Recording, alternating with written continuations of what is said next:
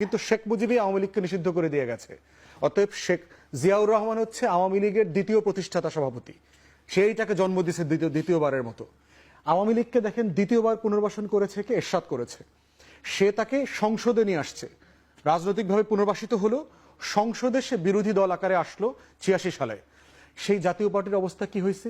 Pizza আর কেকের টুকরার মতো ৬-৭ টুকরা হয়েছে, খুঁজে পাওয়া যায় না এখন এই টুকরাগুলা কোথায়। রাজনীতি নাই হয়ে গেছে বাংলাদেশে তার। তৃতীয়বার আওয়ামী লীগকে পুনর্বাসন করেছে জামাত, ৯৪, ৯৫, ৯৬-তে একসাথে আন্দোলন করে বিএনপির বিরুদ্ধে ১৭৩ দিনের হরতাল, জ্বালাও পোড়াও, হেন কিছু নয় তা করে নাই। সেই জামাতকে আওয়ামী লীগ কি করছে? নাস্তানাবুদ করে দিছে গত ১৬ বছরে।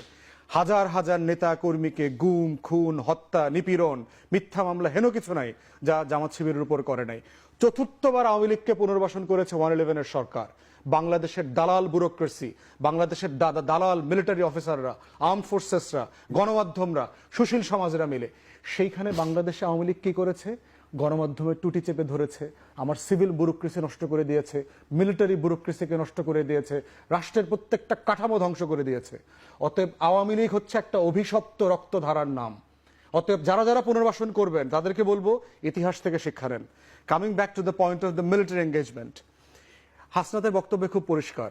এই ডিজিএফআই এনএসআই এর গুন্ডামি, মাস্তানি, বদমাইশি গত ১৬ বছর থেকে আমরা দেখতেছি, কন্টিনিউ দেখছি। ডিজিএফআই কে দিয়ে রাজনীতি করানো, দল বানানো, দল ভাঙানো, এই সব কিছুর পলিটিক্স তো আমরা গত ৫০ বছরে দেখছি। ক্যান্টনমেন্টে নিয়ে অমুকরে থ্রেট দেওয়া, উঠায় নিয়ে আসা, বিচারপতিরে এয়ারপোর্টে লাথি মাইরা বাইর করে দেওয়া, এই ডিজিএফআই এগুলো তো আমরা দেখছি।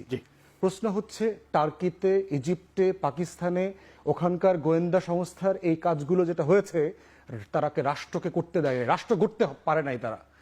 অতএব এই গণতন্ত্রের যাত্রা যেটা আমরা শুরু করেছি নতুন করে আবার গত অভ্যুত্থানের পরে, বাংলাদেশকে যদি আবার রাষ্ট্র বানাতে হয়, keep them out of politics. Armed ফোর্সেসের সিনিয়র লিডারশিপকে বলছি, গোয়েন্দা সংস্থাগুলোকে বলছি, for God's sake get out of the politics. This is not your business. ব্যবসা করা যেভাবে আপনার কাজ না, রাজনীতিতে মাথা ঘামানো আপনার কাজ না। আপনি প্রজাতন্ত্রের কর্মচারী, চাকর বাকরের মতো থাকবেন। Let the politician sort it out. রাজনীতিবিদরা, রাজনৈতিক দল ডিসাইড করবে কি হবে কি হবে না। আপনি কর্মচারীর মতো থাকেন। অতএব, এবং তার বক্তব্যগুলো দেখেন, সেনাপ্রধানের বক্তব্য, চুপ্পুর বক্তব্য, ভারতের ফরেন মিনিস্ট্রির বক্তব্য, ভারতের সেনাপ্রধানের বক্তব্য, একে শব্দে শব্দে মিলিত হয়ে যাচ্ছে। Inclusive politics. ইনক্লুসিভ পলিটিক্সের কথা ২০১৪-তে মনে ছিল না, ২০১৮-তে মনে ছিল না, যখন এই আর্ম ফোর্সেসের অফিসাররা, পুলিশরা মিলে রাতের ভোট করে দিয়েছে, তখন বাংলাদেশে ইনক্লুসিভ পলিটিক্সের কথা মনে ছিল না। ২০২৪-এ মনে ছিল না যে ইনক্লুসিভ পলিটিক্সের কথা। এখন কেন আওয়ামী লীগকে পুনর্বাসন করতে গিয়া আমাদেরকে ইনক্লুসিভ পলিটিক্স শেখাচ্ছেন? ভারত বলছে বাংলাদেশে নাকি নির্বাচিত সরকার না আসলে, ইনক্লুসিভ নির্বাচন না হইলে শান্তি শৃঙ্খলা ফিরে আসবে না। এতদিন বুঝেন নাই? ১৬ বছর ধরে এগুলো মনে ছিল না? তখন যে ফ্যাসিবাদ কায়েম করেছেন আপনার। অতএব ইনক্লুসিভ পলিটিক্স কি জিনিস এটা আমরা জানি, আমরা বুঝি বলি আপনাদেরকে বলছি, গেট আউট অফ পলিটিক্স।